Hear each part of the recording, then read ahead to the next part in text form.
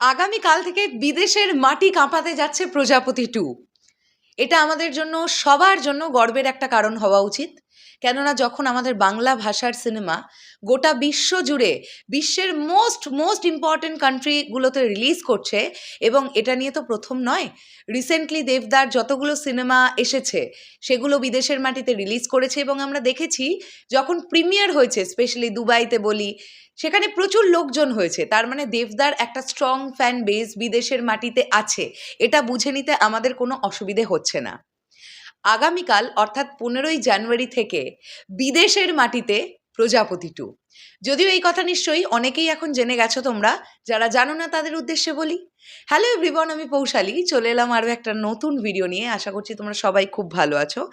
এই ছবিটা officially post হয়ে গেছে দেবদার তরফ থেকে, তোমরা নিশ্চয়ই অনেকেই দেখেছো। এখানে লেখা আছে in UAE cinemas from 15 January onwards, মানে দুবাইয়ের সিনেমা হলে প্রজাপতি 2 15ই জানুয়ারি থেকে। এখানে বেশ 4টে জায়গা দেওয়া আছে, দুবাই, আবুধাবি, আজমান আর হচ্ছে শারজা। এই 4টে জায়গায় প্রজাপতি 2 রিলিজ করতে চলেছে আগামীকাল থেকে। এবার কথাটা হচ্ছে, যারা এর আগে দেবদার রঘু ডাকাত দেখেছেন, তার আগে খাদান দেখেছেন, যারা দেখেছেন সেই অডিয়েন্সরা ডেফিনেটলি প্রজাপতি 2ও দেখতে আসবেন। আর প্রজাপতি 2 এমন একটা সিনেমা যেটা 8 থেকে 80 প্রত্যেককে নিয়ে বসে দেখা যায়। মানে একটা ছোট্ট এইটুকুনি বাচ্চাও যদি আপনার সঙ্গে হলে সিনেমাটা দেখতে যায়, মানে এমন কোনো সিঙ্গল দৃশ্য নেই যেটা জন্য আপনি আপনার বাচ্চাকে নিয়ে যাওয়ার ফলে অকওয়ার্ড ফিল করতে পারেন। এরকম কোনো সিন নেই, কোনো কিচ্ছু নেই।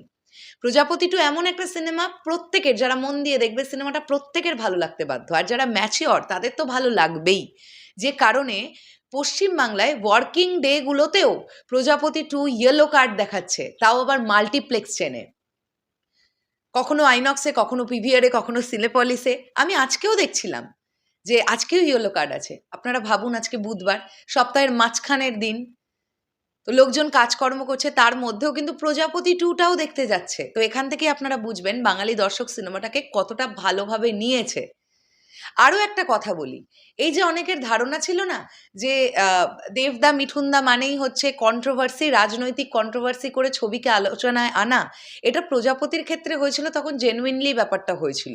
যদি শুধু কন্ট্রোভার্সি দিয়েই ছবি চলতো তাহলে প্রজাপতি 2 চলতো না। আপনারা খুব ভেবে দেখুন, প্রজাপতি 2 রিলিজের আগে মিঠুন চক্রবর্তী বিজেপি আর দেবদা তৃণমূল, এই নিয়ে কোনো কন্ট্রোভার্সি আলাদা করে উঠেছিল কি? ওঠেনি কিন্তু। তার মানে কি প্রমাণিত হলো? দর্শক যদি গল্পের সঙ্গে কানেক্ট করতে পারে নিজেদেরকে, দর্শক যে সিনেমাকে ভালোবাসবে সেই সিনেমাকে তারা সিনেমা হল ভরিয়ে দেখতে যাবে। প্রজাপতি 2 সেটারই প্রমাণ। হ্যাঁ, এটা মানছি, কন্ট্রোভার্সি হলে ছবিটার হাইপ একটু বেড়ে যায়।